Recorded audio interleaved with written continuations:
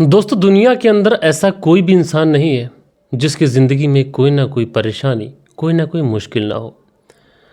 और दोस्तों, जितनी भी परेशानियां जितनी भी ज़िंदगी में आती हैं, ये सारी की सारी परेशानियां टेम्परेरी होती हैं और कुछ समय के बाद में ये परेशानियां सुखों में बदल जाती हैं और इंसान की ज़िंदगी में सुकून आ जाता है। लेकिन दोस्तों, कई सारे ऐसे लोग होते हैं दुनिया के अंदर जो परेशानी की वजह से कुछ ऐसा कदम उठा लेते हैं जिसकी वजह से उनकी ज़िंदगी तो पूरी तरीके से प्रभावित होती ही होती है, बल्कि उसकी वजह से कई लोगों की ज़िंदगी बर्बाद हो जाती है, जैसा कि आज की कहानी के अंदर होता है।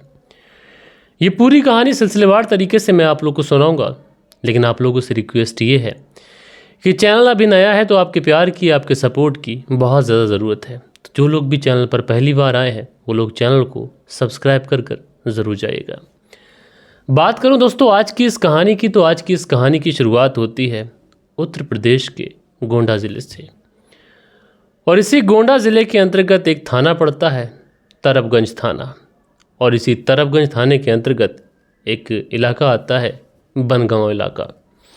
बात कर रहा हूं मैं 17 नवंबर साल 2025 की। सुबह सुबह का वक्त होता है और इसी बनगांव में रहने वाला एक व्यक्ति जिसका नाम होता है मंजीत सिंह, जो कि इस गांव का प्रधान है, वो इसी तरबगंज पुलिस थाने में कॉल करता है। और कॉल करने के बाद में कहता है कि साहब, हमारे ही गांव के पास में एक पीढ़ी बांध है और इसी पीढ़ी बांध के पास में एक लड़की की डेड बॉडी पड़ी है, लिहाजा आप ऐसा करिए, जल्दी से पुलिस बल को लेकर वहां पर पहुंच जाइए। अब इस तरीके की सूचना जैसे ही पुलिस को मिलती है, पुलिस की जो टीम होती है तुरंत मौके वारदात वाली जगह पर पहुंच जाती है। पुलिस की टीम जब वहां पर पहुंचती है तो दिखती क्या है कि एक लड़की है जिसकी उम्र लगभग 20-21 साल के आसपास रही होगी। और प्रथम दृष्टि देखने से ऐसा लग रहा था कि शायद इस लड़की की एक्सीडेंट की वजह से मौत हो गई है। लिहाजा उसके बाद में पुलिस वाले उस डेड बॉडी को बहुत ही बारीकी से चेक करते हैं, लेकिन उस डेड बॉडी के पास से न तो कोई आधार कार्ड, न कोई पैन कार्ड, न कोई पहचान पत्र, यानी इस तरीके का कोई भी प्रूफ नहीं मिलता है जिससे कम से कम इस लड़की की शिनाख्त की जा सके। अब जब उस लड़की के पास से कोई भी ऐसा पेपर नहीं मिलता है जिससे उस लड़की की शिनाख्त हो सके, इसलिए पुलिस की जो टीम होती है आस पड़ोस में जितने भी लोगों की भीड़ इकट्ठा हो चुकी थी उन सारे ही लोगों से पूछताछ करती है, क्या तुम में से कोई ऐसा व्यक्ति है जो इस लड़की को जानता हो। लेकिन वहां पर पहुंचे हुए जितने भी लोग थे वो सब के सब यही कहते हैं कि साहब, इस लड़की को हमने पहले कभी नहीं देखा। दोस्तों, किसी भी केस को सुलझाने के लिए सबसे पहले मरने वाले व्यक्ति की शिनाख्त ज़रूरी है, क्योंकि अगर व्यक्ति की शिनाख्त हो जाएगी, पुलिस उस व्यक्ति के घर तक पहुंचेगी, कत्ल का मोटिव पता चलेगा और उसके बाद कातिल तक पहुंचना आसान हो सकता है। लेकिन इस केस के अंदर पुलिस के आगे सबसे बड़ी कॉम्प्लिकेशन ये थी कि जो मरने वाली लड़की थी उसका पुलिस के पास में कोई भी नाम, कोई भी पता नहीं था। लिहाजा उसके बाद में पुलिस वाले इस डेड बॉडी को अपनी कस्टडी में लेकर सीधा पोस्टमार्टम के लिए भेज देते हैं। अब इस केस के अंदर पुलिस सबसे पहले जो डेड बॉडी के फोटोग्राफ्स वगैरह थे वो आस पड़ोस के जितने भी एरिया, जितने भी गांव थे, उन सारी ही जगहों पर भेजते हैं। चाहे व्हाट्सएप का ग्रुप हो, चाहे सोशल मीडिया पर किसी और, चाहे इंस्टाग्राम, चाहे फेसबुक, हर जगह पर सर्कुलेट किया जाता है, लेकिन कहीं से भी इस लड़की के बारे में कोई भी शनाख्त नहीं चलती है। लिहाजा उसके बाद में पुलिस की जो टीमें होती हैं अलग अलग थानों के अंदर भी सर्कुलर डालती हैं कि इस तरीके से एक लड़की की डेड बॉडी मिली है, और अगर किसी भी थाने के अंदर किसी भी लड़की की गुमशुदगी की कोई भी रिपोर्ट दर्ज कराए तो इसकी सूचना हमें दीजिएगा। लिहाजा उसके बाद में जो पोस्टमार्टम की रिपोर्ट होती है वो पोस्टमार्टम की रिपोर्ट भी आ जाती है। लेकिन दोस्तों, जो पोस्टमार्टम की रिपोर्ट आई थी उसने इस पूरे केस को 90 डिग्री तक घुमा के रख दिया था। दरअसल अभी तक पुलिस को ये लग रहा था कि शायद इस लड़की का एक्सीडेंट हुआ हो और इस वजह से इस लड़की की मौत हो गई हो। लेकिन यहाँ पर जो पोस्टमार्टम की रिपोर्ट आई थी उस पोस्टमार्टम की रिपोर्ट में ये बहुत क्लियरली मेंशन था कि जो लड़की है इसकी मौत किसी एक्सीडेंट की वजह से नहीं हुई है, बल्कि इस लड़की की गला घोट कर हत्या की गई है। अब जैसे ये सारी चीज़ें पुलिस के सामने आती हैं, उधर इस पूरे केस के अंदर पुलिस इंतज़ार करते करते लगभग 1 सप्ताह का लंबा समय गुजर चुका था। लेकिन 1 सप्ताह तक न तो किसी पुलिस थाने के अंदर कोई कंप्लेंट दर्ज हुई थी, न तो किसी सोशल मीडिया के ऊपर से ये खबर पुलिस को मिली कि ये लड़की फला है। लिहाजा उसके बाद में पुलिस फैसला करती है कि इस पूरे ही इलाके के अंदर जितने भी सीसीटीवी कैमरास हैं उन सीसीटीवी कैमरास को खंगाल लिया जाए।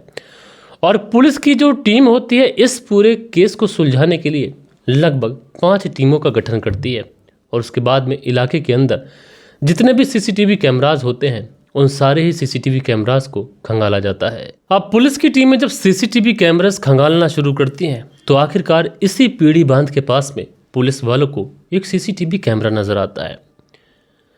जैसे ही पुलिस वालों को ये सीसीटीवी कैमरा नजर आता है तो उसके बाद में पुलिस वाले इस सीसीटीवी कैमरा को खंगालना शुरू करते हैं। जैसे ही सीसीटीवी कैमरा खंगालना शुरू किया जाता है तो उसमें पुलिस वालों को एक गाड़ी दिखाई पड़ती है, जो गाड़ी बेलेनो थी, और इस गाड़ी का नंबर उस सीसीटीवी कैमरे के अंदर बहुत ही आसानी से देखा जा सकता था। लिहाजा उसके बाद में पुलिस वाले उस नंबर को लेते हैं और उसके बाद में इस गाड़ी की डिटेल्स निकलवाते हैं। तो पुलिस को पता चलता है कि ये गाड़ी जो कि बेलेनो है ये किसी मनीष कुमार के नाम पर रजिस्टर्ड है। मनीष कुमार जिसकी उम्र 30 साल के आसपास है, जो कि रहने वाला है बस्ती ज़िले के परसा जागीर गोरखपुर गांव का। लिहाजा उसके बाद में पुलिस की जो टीमें होती हैं मनीष कुमार के घर पे पहुंचती हैं और वहां से मनीष कुमार को उठा लेती हैं। मनीष कुमार को उठाने के बाद में जब मनीष कुमार से पूछताछ की जाती है तो मनीष कुमार पुलिस को इधर उधर की बातें बताता है, लेकिन पुलिस ये बहुत अच्छे से जानती थी कि मनीष कुमार पुलिस के सामने झूठ बोलने की हर संभव कोशिश कर रहा है। इसलिए जो पुलिस की टीमें होती हैं अब मनीष कुमार को वो सीसीटीवी फुटेज दिखाती है जिस फुटेज के अंदर उसकी गाड़ी साफ दिखाई पड़ रही थी। जैसे ही मनीष उस सीसीटीवी फुटेज में उस गाड़ी को देखता है, अब मनीष भी समझ जाता है कि अब पुलिस के सामने झूठ बोलने से कोई फ़ायदा नहीं। इसलिए मनीष कहता है कि साहब, वो जो लड़की है जिसकी डेड बॉडी आप लोगों को मिली है उसका नाम अनुराधा है और वो कोई और नहीं बल्कि मेरी ही सगी बहन है। अब जैसे ही मनीष पुलिस के सामने ये बातें बताता है तो जो पुलिस की टीमें होती हैं वो मनीष की तरफ आंखें टुकटुकी मारकर बस देखती ही रह जाती हैं। दरअसल जो मनीष होता है ये बताता है कि हम 4 भाई बहन हैं, हम 2 भाई और 2 बहनें हैं। मनीष का जो बड़ा भाई है उसका नाम आशीष है, जो कि बाहर रहकर पत्थर लगाने का काम करता है, और मनीष के पास में बेलेनो गाड़ी है। इसी बेलेनो गाड़ी को ये किराए पर भी चलाता है और इसी बेलेनो गाड़ी से मटर गश्ती भी करता है। मनीष की जो सबसे छोटी वाली बहन है इसका नाम है अनुराधा जो कि बीए की पढ़ाई कर रही है। लेकिन अनुराधा जब कॉलेज के अंदर बीए की पढ़ाई कर रही होती है, शायद उसी समय इसका किसी लड़के के साथ में प्रेम संबंध हो जाता है। अब जब प्रेम संबंध होता है तो उसके बाद में बातचीत होती है, और जब बातचीत होती है तो धीरे धीरे बातचीत कुछ इस कदर बढ़ जाती है कि अब इन दोनों को एक दूसरे की आदत सी हो चुकी थी। एक दिन जो अनुराधा होती है वो अपने ही घर में फ़ोन पर बातचीत कर रही होती है कि उसी समय अनुराधा की जो माँ होती है निर्मला देवी वो वहाँ पर आ जाती है, और जैसे ही वो अपनी बेटी को किसी से बात करते हुए देखती है तो उसके बाद में वो अपनी बेटी से पूछती है कि आखिरकार तुम किससे बात कर रही थी। अब जो अनुराधा होती है अपनी माँ का कोई सीधे से जवाब नहीं देती है, बल्कि अपने माँ के ही साथ में काफ़ी ज़्यादा लड़ाई झगड़ा कर बैठती है। जब अनुराधा अपनी माँ निर्मला देवी से लड़ाई झगड़ा करती है तो उसके बाद में निर्मला देवी भी फैसला करती है कि वो अपनी बेटी की शिकायत अपने बेटे से करेगी। और उसके बाद में जब मनीष कुमार शाम के वक्त अपने घर आता है तो निर्मला देवी अपनी बेटी की सारी कहानी अपने बेटे मनीष को सुना देती है। मनीष जब ये बात सुनता है कि उसकी बहन किसी के साथ में प्रेम संबंधों में है, मनीष आग बबूला हो जाता है। उसके बाद में वो अपनी बहन के पास पहुंचता है और पहुंचने के बाद में कहता है कि तुम जो कर रही हो इससे हमारे परिवार का नाम मिट्टी में मिल जाएगा।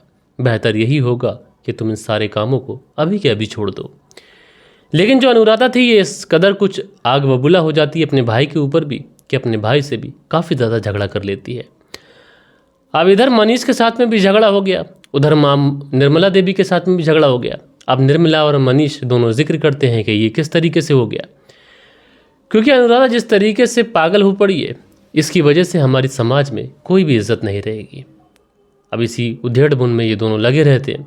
इसी बीच में तारीख आ जाती है 16 नवंबर साल 2025, और 16 नवंबर साल 2025 को जो मनीष होता है ये अपनी गाड़ी बुकिंग पे लेके जाता है।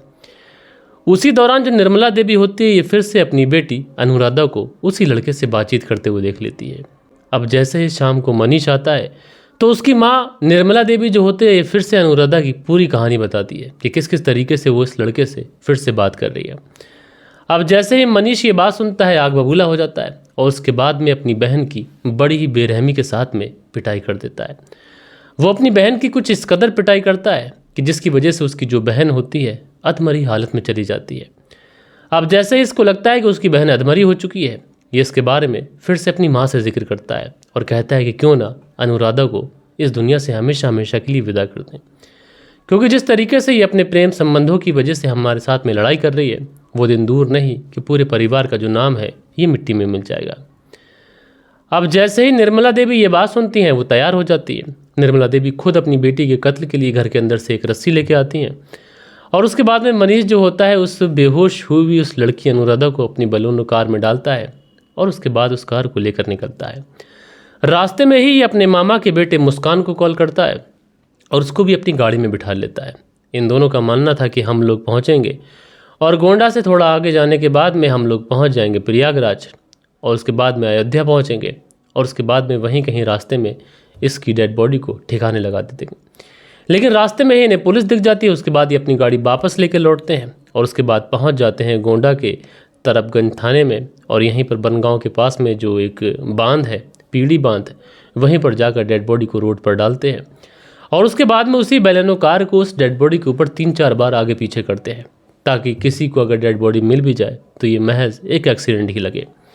और यहाँ पर मनीष ने प्लानिंग इस तरीके से की थी कि अगर डेड बॉडी मिल भी जाएगी तो कौन से पुलिस वाले डेड बॉडी की शिनाख्त कर लेंगे और डेड बॉडी की शिनाख्त होगी नहीं, लावारसी में अंतिम संस्कार हो जाएगा और हम लोग कभी पकड़े नहीं जाएंगे। वाकई में ये पूरी कहानी जब मनीष पुलिस को सुनाता है तो पुलिस वाले मनीष की ही तहरीर पर उसके मामा के बेटे मुस्कान को गिरफ्तार करने के लिए पहुंचती है। लेकिन जब मुस्कान को गिरफ्तार करने के लिए पहुंचती है पुलिस तो पता चलता है मुस्कान पहले से ही फरार हो चुका है, क्योंकि मुस्कान को ये पता चल चुका था कि पुलिस जो है ये मनीष के गिरबान तक पहुंच गई है। बहरहाल पुलिस ने मनीष और उसकी माँ निर्मला देवी इन दोनों को गिरफ्तार कर अदालत में पेश किया और उसके बाद वहाँ से इन दोनों को जेल भेज दिया। लेकिन अभी भी जो मुस्कान है उसकी तलाश जारी है और जैसे ही मुस्कान पुलिस की गिरफ्त में आएगा उसको भी अदालत में पेश कर जेल भेज दिया जाएगा। लेकिन इससे भी बड़ा सवाल यह है कि ये तीनों अगर गिरफ्तार भी हो जाए तो उसके बाद में पुलिस इनके किए की इनको किस तरीके से सज़ा दिलवा पाती है, ये भी अपने आप में एक बड़ी बात है। बहरहाल दोस्तों, आप लोग इस पूरी स्टोरी को किस तरीके से देखते हैं, अपनी राय नीचे कमेंट्स बॉक्स में ज़रूर से ज़रूर दीजिएगा।